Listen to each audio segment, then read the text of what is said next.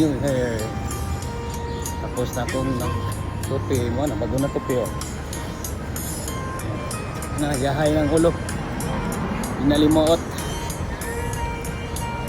Nawa ng limot.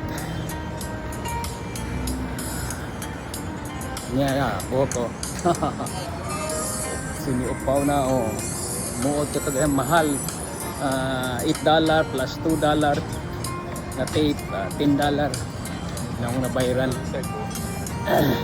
Sa uban $12, ang uban $15, depende sa area.